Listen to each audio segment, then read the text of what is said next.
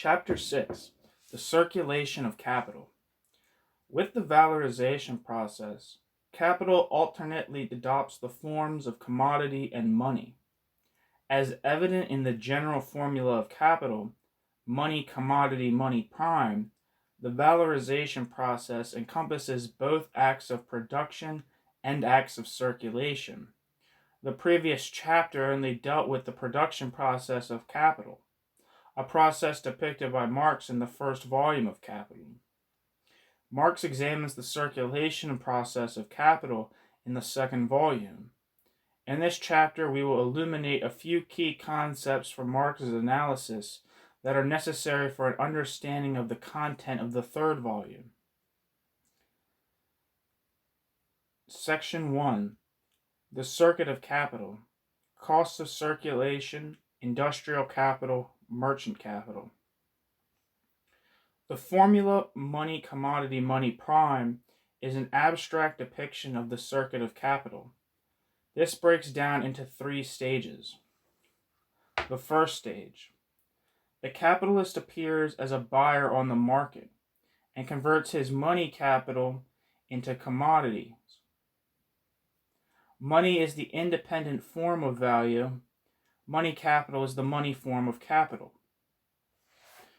What makes this act of purchase into an episode in the circulation of capital is the context in which it occurs.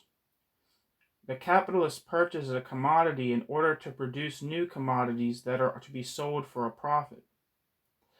This is made possible by the special material content of the purchased commodity. The capitalist buys means of production and labor power, meaning the capitalist transforms money capital into productive capital. The second stage. The circulation process is interrupted. Productive capital is expended in the process of production. Productive capital consists of means of production and labor power. But this does not mean that they are always productive capital. Means of production and labor power are always the factors of the production process, regardless of its social form. Means of production and labor power are productive capital only within the capitalist process of production. The result of the capitalist production process is a new quantity of commodities. As a form of existence of valorized capital, this quantity of commodities is commodity capital, or commodity prime. It consists not only of qualitatively different commodities than the original quantity of commodities, means of production and labor power. Commodity capital should also possess, in the case of a sale, a higher value than the initial commodities purchased. The third stage. The circulation process is continued as the capitalist enters the market as a seller. The capitalist sells the new quantity of commodities, commodity prime, for money prime. That is, the capitalist transforms commodity capital back into money capital. But the money capital is now valorized. That is, the money capital is money capital increased in value by the amount of surplus value. As a diagram, we obtain the following. The dots indicate that the circulation process is interrupted by the production process. And there's a diagram here of money commodity, money prime extended. So we have money capital purchases commodities that are means of production and labor power.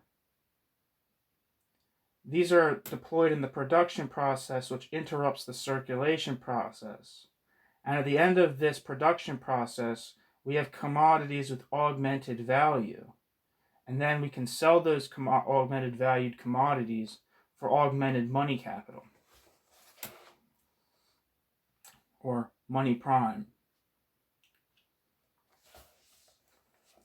In its circuit, capital assumes the successive forms of money capital, productive capital, and commodity capital.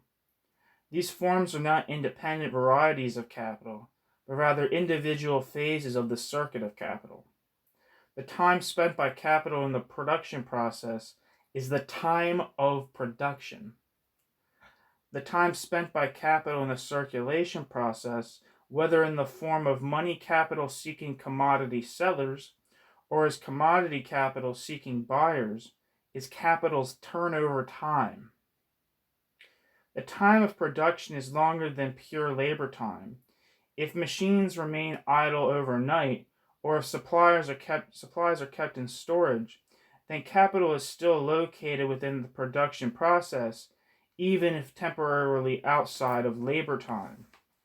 However, it is only during labor time that value and surplus value are produced, so that the capitalist attempts to keep excesses of production time and turnover time beyond the actual labor process as low as possible. Costs of circulation arise from the circulation process. However, a distinction must be made between the cost of production activities that increase the use value and the value of the product, and thus a continuation of the production process during circulation, and pure costs of circulation that do not add to the use value and therefore not to the value of the product, as they originate solely from the change of form of money into commodity or commodity into money, of change of form of money into commodity or commodity into money, respectively. The most notable example of the first sort of cost of circulation is transportation costs. A product only has a use value for me when I have access to that product at the location in which I wish to consume that product. For example, the transportation of a bicycle from the factory to the consumer is just as necessary of the fitting of the bicycle's tires, and therefore also contributes to the value of the bicycle. In contrast, the mere change of form of commodity and money has nothing to do with the use value of the commodity, and therefore nothing to do with the commodity's value. Pure agents of circulation, such as cashiers, can also be wage laborers who perform surplus labor comparable to other wage laborers insofar as they work, for example, 8 hours while their wage constitutes a sum of value that under normal conditions is produced in 4 hours. However, these agents of circulation have not themselves produced any value or surplus value.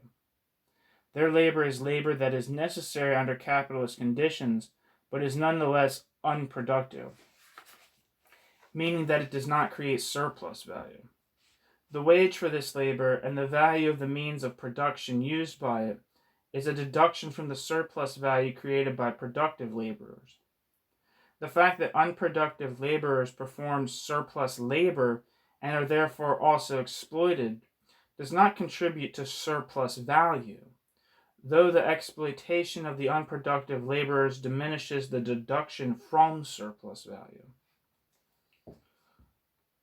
What was just said with regard to the cost of pure agents of circulation is generally valid for the pure cost of circulation. The costs constitute a deduction from surplus value. If these costs decrease, the remaining surplus value increases. For this reason, it appears as if the valorization of capital results not from the exploitation of labor power in the production process, but independently from the production process in the circulation process of capital. The capital fetish, dealt with in the examination of the production process, is further reinforced in the process of circulation.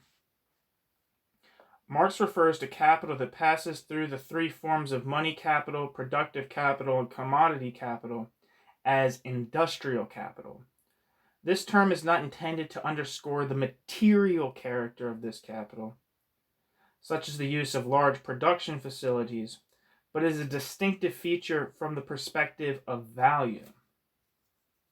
Quote, industrial capital is the only mode of existence of capital in which not only the appropriation of surplus value or surplus product, but also its creation is a function of capital. End quote. Capital Volume 2, page 135 to 136. Capital invested in service enterprises also belongs to the category of industrial capital in this sense. The sole difference between service enterprises and product enterprises consists of the fact that the finished product, whether a theater performance or an act of transportation, is not a material object acting as independent commodity capital. It can only be consumed simultaneously with its process of production, so that the diagram of its circuit appears as follows. There's a diagram for how industrial capital in the form of services occurs. So the main difference being that production and consumption are taking place concurrently. I think that's what's happening. So we have money capital purchases commodities that are means of production and labor power, and then there's the product of capital. So there's no commodity capital at the end of this circuit. It just goes straight from money production to money prime. Not a great explanation on my end, but people have to bear with me. But the value of such a service, like the value of any other commodity produced under capitalism, is determined by the sum of the value of the means of production and its production constant capital, and the value newly created through the expenditure of labor power, variable capital plus surplus value. In contrast, pure merchant capital, trading capital, commercial capital, and interest-bearing capital do not belong to the category of industrial capital. Both appropriate a share of surplus value, but the production of this surplus value does not belong to their capital function.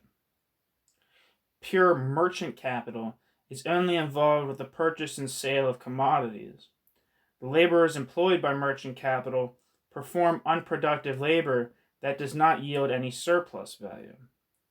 The industrial capitalist saves on the monetary expenditures for his unproductive labor, the actual cost of circulation, and also cuts the circulation time for his own capital by selling to merchants instead of consumers. He sells the commodities produced by his own capital under their value to the merchant, who then sells those commodities at their value. In this way, the industrial capitalist shares the surplus value produced by his capital with the merchant capitalist.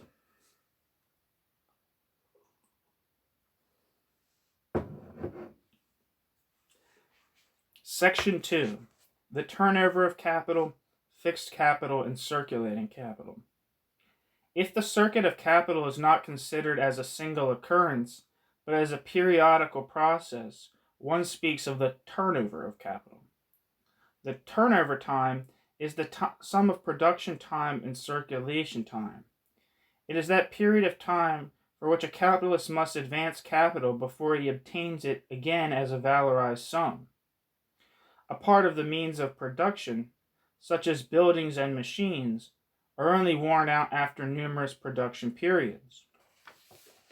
In accordance with their average wear and tear, buildings and machines transfer only a portion of their value to the value of the product.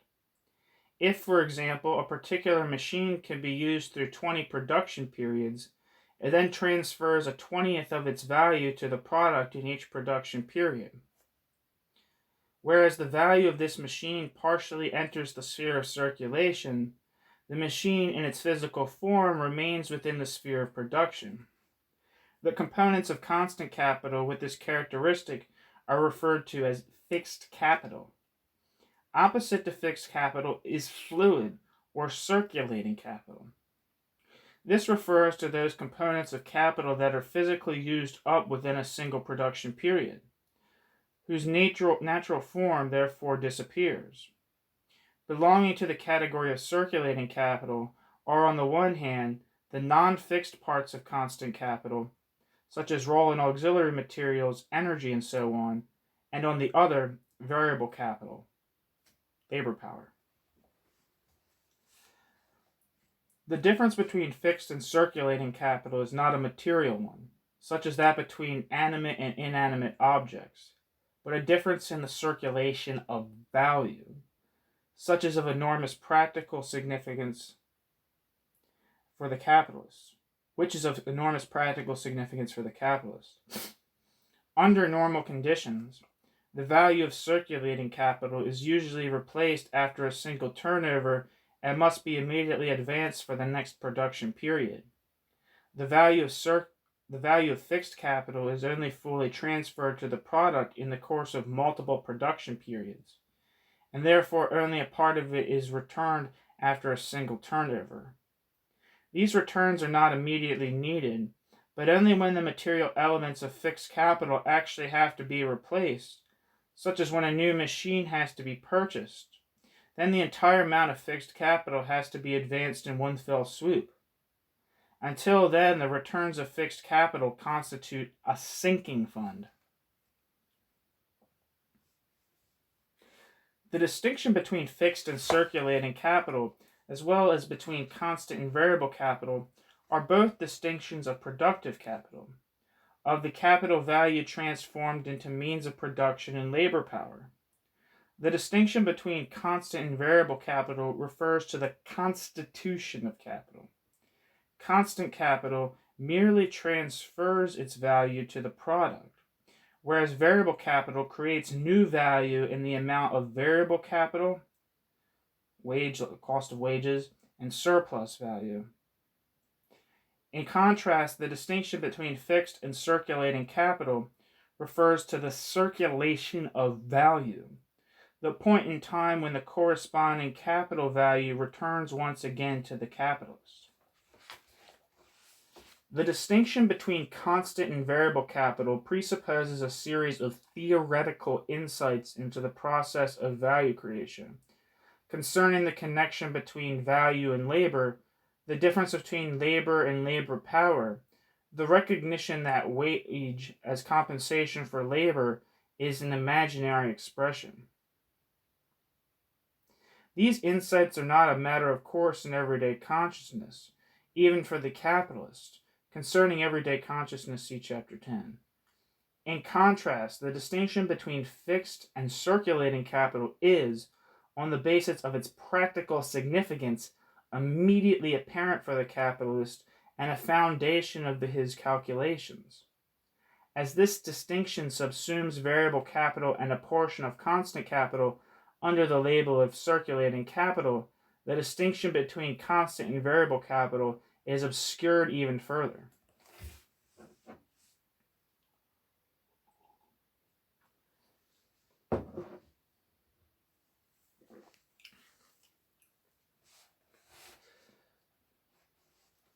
Section 3, the reproduction of total social capital.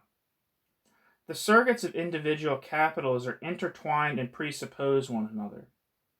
The circuit of one capital necessitates that it encounters on the market products of other capitals, both means of production as well as means of subsistence consumed by the labor power it employs.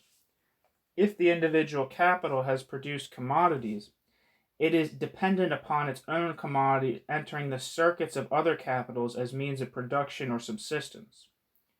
The reproduction of an individual capital cannot therefore be considered in isolation. It is only possible as a moment in the reproduction of the total social capital, which is constituted by the entirety of individual capitals. So that the total social capital can be reproduced, the total product must have a certain material proportioning. On the one hand, a certain amount of means of production have to be produced as are required by individual capitals as a whole, and on the other, so many means of subsistence have to be produced as are consumed by the workers and the capitalists. But since means of production and subsistence are not merely allocated, but rather exchanged, the determinate material portion of the total social product must also have a certain value proportion, so that the means of production and subsistence can also be paid for. We can make this proportioning clear using an extremely simplified example. Let's assume an economy in which there are only workers and capitalists, and in which all production is organized capitalistically. Let us also disregard fixed capital, meaning that we consume the that. Let us disregard fixed capital, meaning that we assume that the entire constant capital is used up within the period under consideration, say a year, and transfers its value to the product. In this economy, there are thousands of different branches: steel industry, chemical industry, foodstuffs manufacturers, clothing industry, etc. Most of these branches can be further divided into a number of sub-branches. For our purposes, we will only distinguish between two large departments of production. Department 1 produces means of production, and Department 2 produces means of consumption in the broadest sense. The difference between the two departments lies in the use of their products. Products from the means of production department enter into further production processes, while the products from the means of consumption department flow into the consumption of the working class and capitalist households. A series of products, for example, automobiles, are adequate for both purposes. From our simplified view, let us further assume that automobiles used as means of production are produced in the means of production department, whereas automobiles used as means of consumption are produced in the means of consumption department. So that the total social capital can be reproduced, the products of both departments cannot exist in an arbitrary relationship of quantity and value. We will initially examine their necessary proportions under their precondition of simple reproduction. We will initially examine their necessary proportioning under the precondition of simple reproduction, meaning that we disregard accumulation and therefore assume that the entire surplus value flows into the consumption of the capitalists. If the constant capital from the means of production department and the variable capital from the means of production department if constant capital 1 and variable capital 1 are the constant and variable capital for department 1, and surplus value, the surplus value produced in that department, with constant capital from the means of consumption department and the variable capital of the means of consumption department. I'm going to reread this whole thing. It's hard to translate these symbols. Excuse me. I'm getting flustered.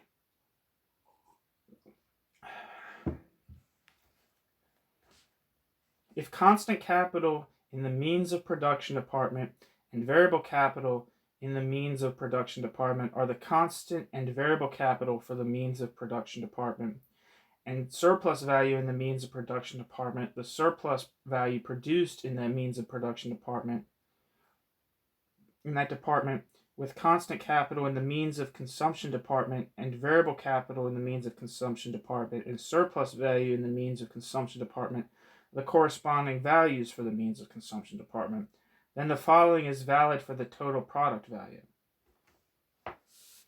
In the means of production department, we have, there's a diagram here. In the means of production department, we have constant capital in the means of production department, variable capital in the means of production department, plus surplus value in the means of production department. And in the means of consumption department, we have the constant capital of the means of consumption department, the variable capital of the means of consumption department, and the surplus value of the means of consumption department. The product of the means of production department consists materially of means of production. If simple reproduction is to be possible, then this production must replace the means of production used in both departments. Therefore, the following value relation must be valid. The constant capital, variable capital, and surplus value of the means of production department must be equal to the constant capital of the means of production department and the constant capital of the means of consumption department, i.e., the means of production department has to cover the means of production for both itself and the means of consumption department. The product of the means of consumption department consists of means of consumption. The product of the means of consumption department must cover the consumption of the workers and capitalists in both departments. Thus, the following must be valid. Constant capital, variable capital, and surplus value in the means of consumption department must be equal to the variable capital and surplus value of both the means of consumption department and the means of production department. Meaning the means of consumption department has to create enough means of consumption for both the workers and the capitalists of both the means of consumption and the means of production departments. From both equations, subtracting the common elements on both sides, it follows that the constant capital of the means of consumption department must be equal to the variable capital and surplus value of the means of production department. I'll say that one more time. The constant capital of the means of consumption department is equal to the variable capital and surplus value of the means of production department. The value of the constant capital, the means of production in the means of consumption department, is equal to the variable capital and surplus value of the means of production department. It must cover the consumption needs of... I'm confusing myself and everyone else who's listening to this. If anyone's listening, please tell me you're listening. Thus, the value of the constant capital used in the means of consumption department must be equivalent to the value of variable capital and surplus value in the means of production department. But individual capitals plan their production independent of one another, and for that reason the conditions formulated above can only come about coincidentally. Normally, a certain disproportion between the individual departments will always occur. If we now consider the expansion of reproduction, thus assuming the existence of accumulation, meaning the transformation of a portion of surplus value into new capital, then we can in principle make the same assertion. The product of the means of production department must now not only suffice to replace the means of production used in the means of production department and the means of consumption department, but must also produce more means of production to make accumulation in both departments possible. The same is true for the means of consumption department. Now enough means of subsistence have to be produced not only to cover the consumption of workers and capitalists, but as additional means of subsistence to cover the consumption of the additional employed labor power, the additionally employed labor power. In order to make accumulation possible, both departments must produce more than was previously used. The accumulation of one individual capital presupposes the accumulation of other capitals in two regards. Though our accumulating individual capital must encounter more products on the market than before. Let me repeat that whole sentence, Jesus Christ. In order to make accumulation possible, both departments must produce more than was previously used. The accumulation of one individual capital presupposes the accumulation of other capitals in two regards. COVID in two regards. Though our accumulating individual capital must encounter more products on the market than before, it itself produces a larger quantity of commodities which can only be sold when other individual capitals also accumulate. In this case, the correct proportion can also be maintained by coincidence, and disproportions between departments are the rule. In the history of Marxist debates, the reproduction schemas illustrated above played an important role at the beginning of the 20th century, inspiring discussions over whether a crisis-free capitalism was possible, at least in principle, and what developmental perspectives existed for capitalism in underdeveloped countries such as Russia. But these debates burden these schemas with too much explanatory power. Although these schemas offer a broad overview of capitalist production and circulation, they are a long way from being an exact depiction of capitalist reproduction as it exists in empirical reality. Rather, the unity of the production and circulation process expressed in the reproduction schemas constitutes the initial foundation upon which categories in which concrete relations are expressed, such as profit, interest, enterprise profit, capital stock, etc., can be meaningfully considered.